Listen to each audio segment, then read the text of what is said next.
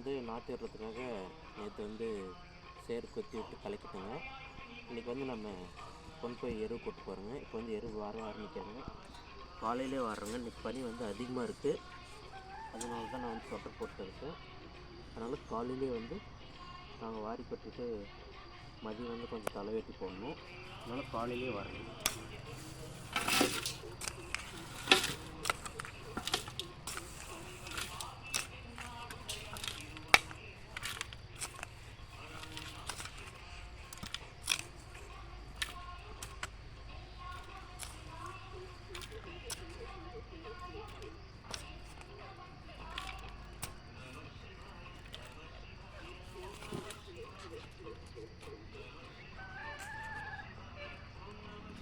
அதுலேயும் வாருங்க.